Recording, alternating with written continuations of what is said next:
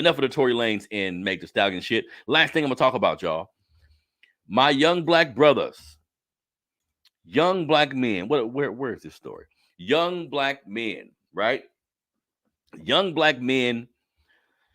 It's a call to action for all my young black brothers, right? All my young melanated kings. It's time for y'all to get y'all ass out of the fucking streets. It's time now. If y'all haven't heard, Young Thug, a lot of people involved with his YSL label, Gunna included, have been indicted on RICO charges, right? Have been indicted on RICO charges. The RICO charges, RICO became popular in the 70s. They used this law as a way to take down the mafia. The mafia, as we know it today, was disassembled based on the RICO law, where we can take one law and combine all the shit y'all doing. So it's 50 of y'all, right? That's how the RICO law. Oh, excuse me. Sorry about that, family. This is how the RICO law gets niggas. Just real quick. I'm going to break it down to y'all in a few seconds. It's 50 of y'all. 7 of y'all sell drugs. 4 of y'all actually shoot people. 6 of y'all have dibbled and dabbled in prostitution a little bit. Got a little money here and there. Couple of y'all sell drugs a little bit. Couple of y'all do a little extortion. You know what I mean? Rappers come to town, make a nigga pay you so you don't get hurt, whatever the case may be. So we got 50 people doing a whole bunch of different shit. Now, here's the fucked up part. Let's say 17 of you ain't involved in none of it. You're actually a rapper. No criminal ties. Yeah, you're smoking weed. Yeah, you're chilling with your homeboys. They got shit on them. You ain't fucking with nothing, but you're around. These guys get caught in a RICO too. So this is the way for law enforcement, basically creating an all-in law where it's too hard chasing 1 or 2 of you niggas. We'll just wait. We'll just wait and get all of you. And then with the advent of cell phones, social media, etc., now we allow you to build the case on yourself.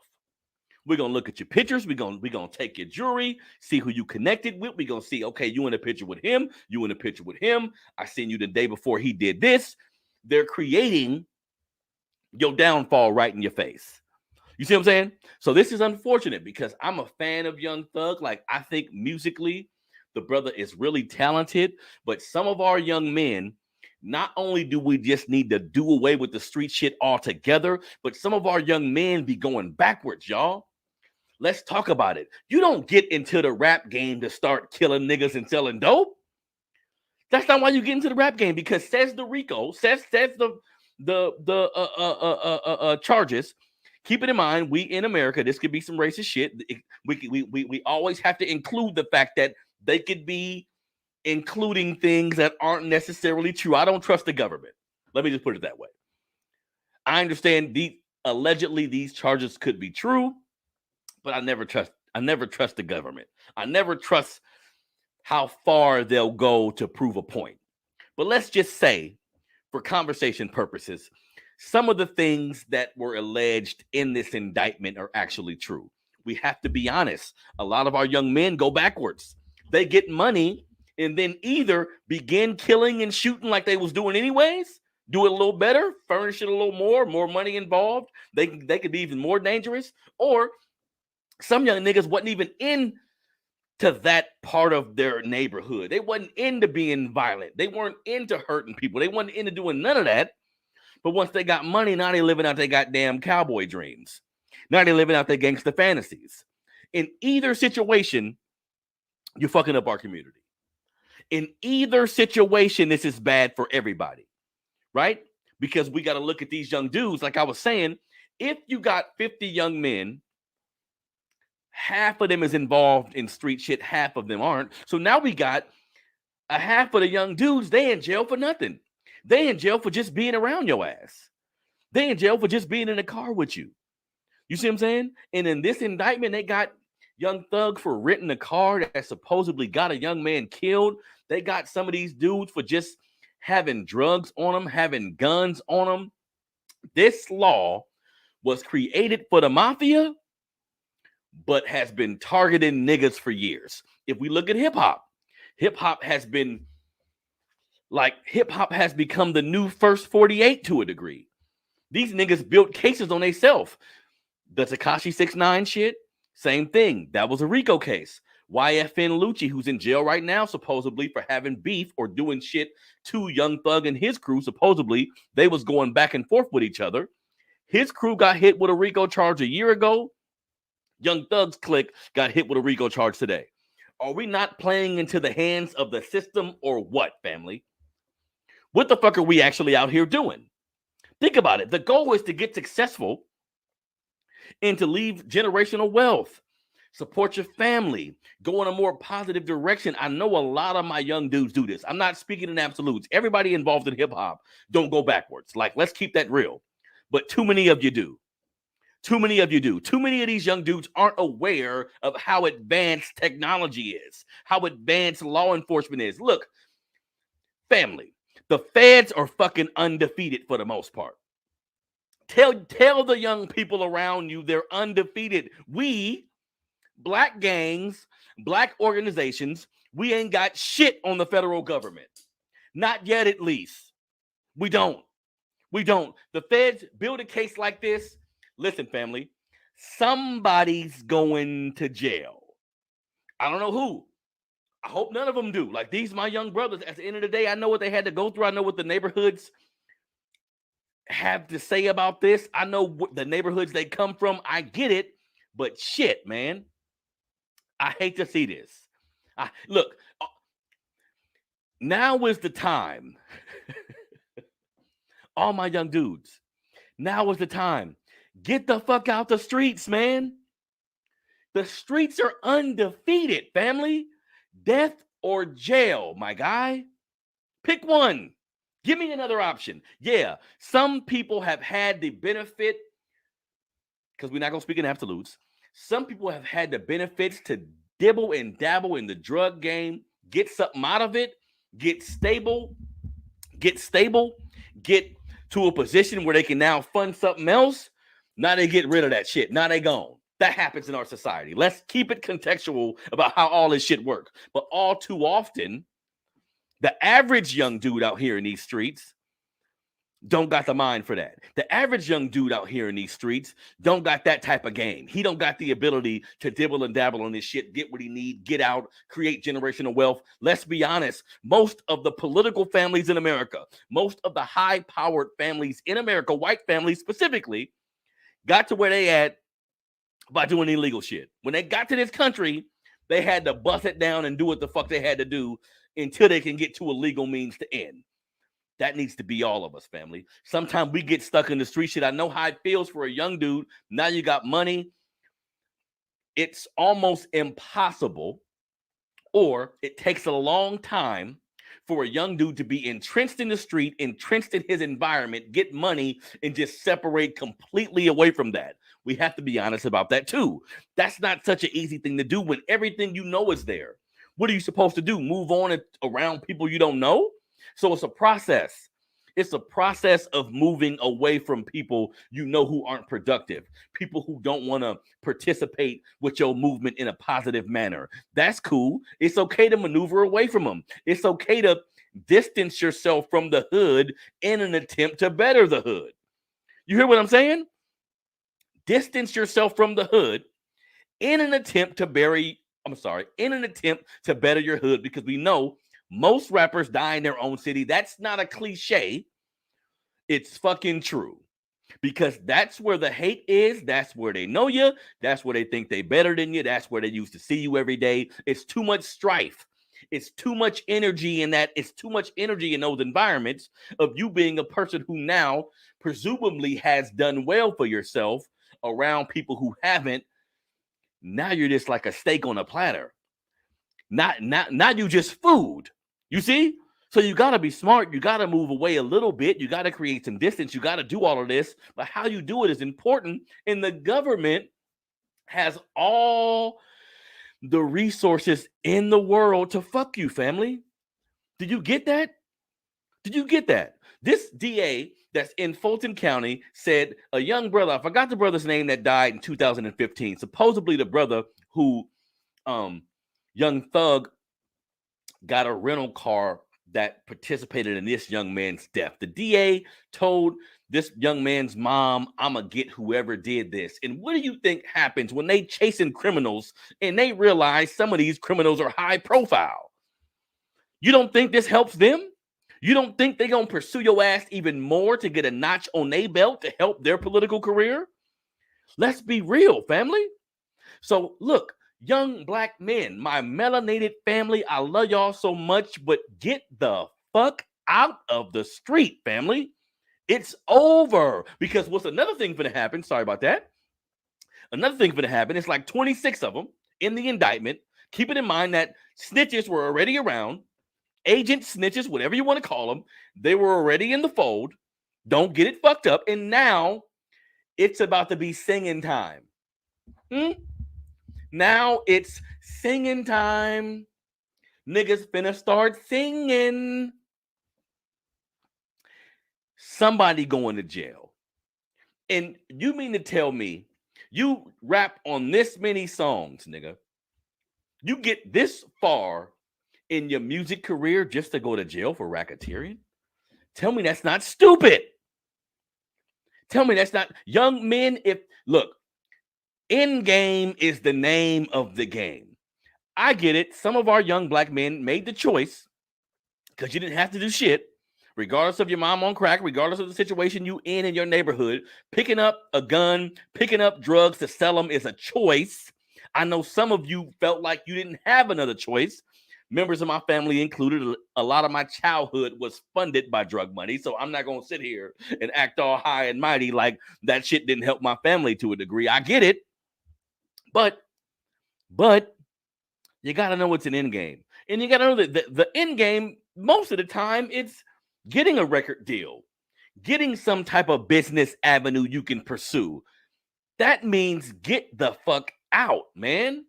You can't be shooting at niggas, killing people,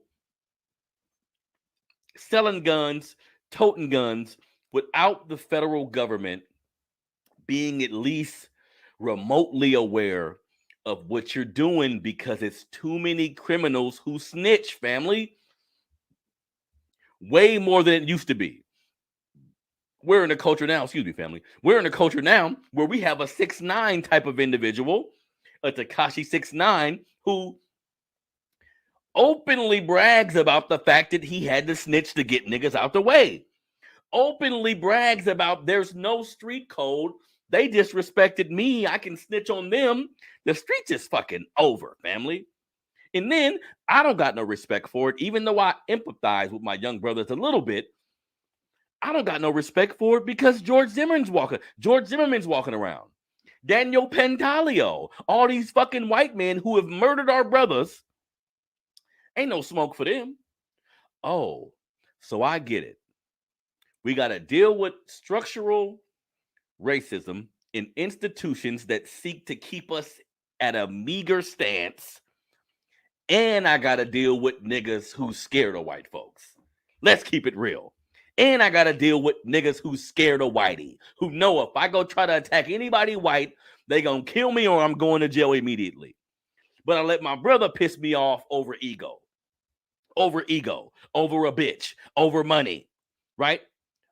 Right? Over integrity, quote unquote, when don't nobody own the goddamn block, right? But now you get yourself in a position where you can buy the block, where you can fund things, support your family, your kids, or whatever, and you fuck it up by still wanting to be a gangster. Now, by all means, men should protect their families. Keep a gun in your house. Get your gun license. Somebody come in there, do what you got to do. We know this, right? Protect your family at all costs.